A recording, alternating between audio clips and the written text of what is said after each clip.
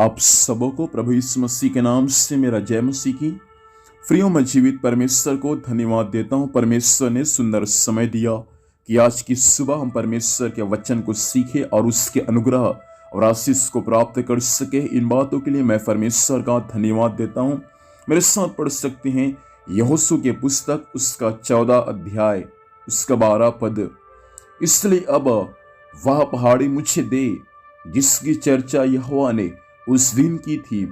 तूने तो उस दिन सुना होगा कि उसमें अनाक वंशी रहते हैं और बड़े बड़े गढ़ वाले नगर भी है, परंतु क्या जाने संभव है यहोवा मेरे संग रहे और उसके कहने के अनुसार मैं उन्हें उनके देश से निकाल दूं।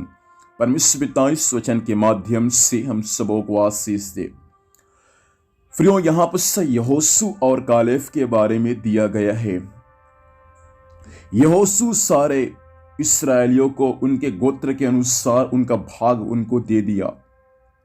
अब उसके बाद यह कालेब 40 साल के उम्र में कनान देश को भेद लेने के लिए गया था और उसके बाद अभी कालेब का उम्र 85 वर्ष है।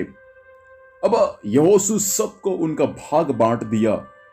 अब यहोशू स्वयं यहोशू के पास में आकर कालेब कहता है कि परमेश्वर ने मुझसे चर्चा किया था उस पहाड़ी देश को देने के लिए जिसमें अनाक वंशी लोग रहते हैं, अर्थात दानव लोग रहते हैं। आप उस स्थान को मुझे दे दीजिए। देखिए कालेब यहोशू से क्या कहता है। यहोशू सबको तो उनका भाग बांट दिया। अब कालेब को देने के लिए ऐसा स्थान नहीं है जिसको कालेब को दे सके, लेकिन कालेब स्वयं यहोशू के पास में जाकर कहता है कि मुझे वह पहाड़ी देश चाहिए जिसके बारे में स्वयं परमेश्वर क्या किया था, मुझको देने के लिए चर्चा किया था।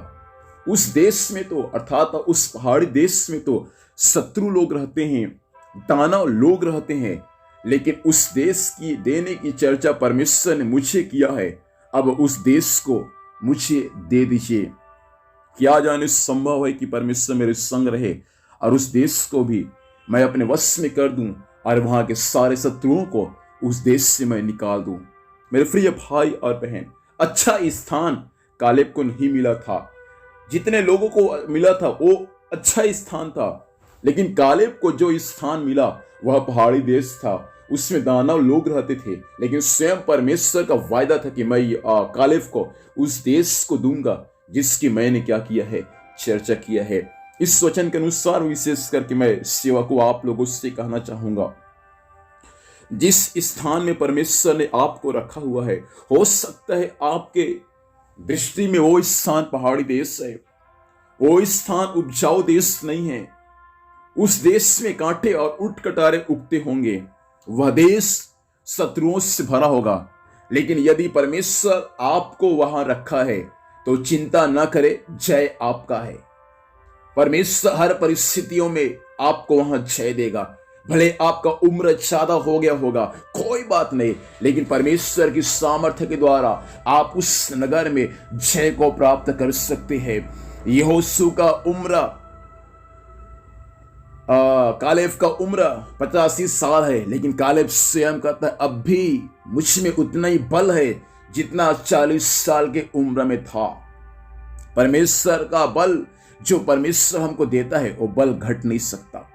इसलिए आत्मिक बल को आज की सुबह प्राप्त करें और जिस नगर में आप है उस नगर में एक बार और परमेश्वर से प्रार्थना करें। वो नगर, वो देश परमेश्वर आपको अवश्य दे देगा। हो सकता है पहाड़ी का देश होगा, उपजाऊ भूमि नहीं होगा, लेकिन परमेश्वर उस देश में भी आपके द्वारा स्वर्ग से अपनी महिमा को प्रकट कर सकते हैं। आज की सुबह के समय इस वचन के अनुसार मैं यही आपसे कहना चाहता हूं, जिस देश में परमेश्वर आपको रखा है, आपके दृष्टि में देश अच्छा नहीं है, नगर अच्छा नहीं है, सेवकाई का स्थान अच्छा नहीं है, लेकिन परमेश्वर उस मरुस्थल स्थान को भी उपजाऊ स्थान में बदल सकते हैं। क्या आपको विश्वास है?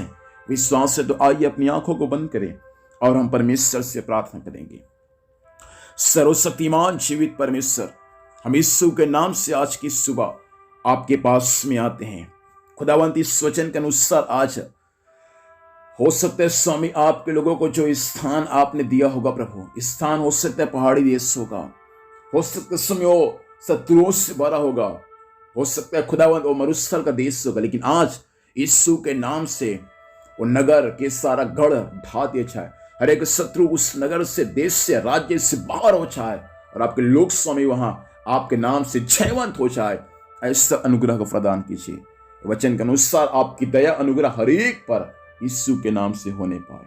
आज के दिन भर संभाल, स्वर्गीय सुरक्षा दे, जहां भी जाते हैं जाने आने में सहायता कर, हर कार्य यीशु के नाम में सफल हो। धन्यवाद, आपने प्रार्थना सुना, यीशु मसीह के नाम से मांगते हैं, आमीन। प्रभु हम सबको आशीष दे। सबको जय मसीह। Praise the Lord.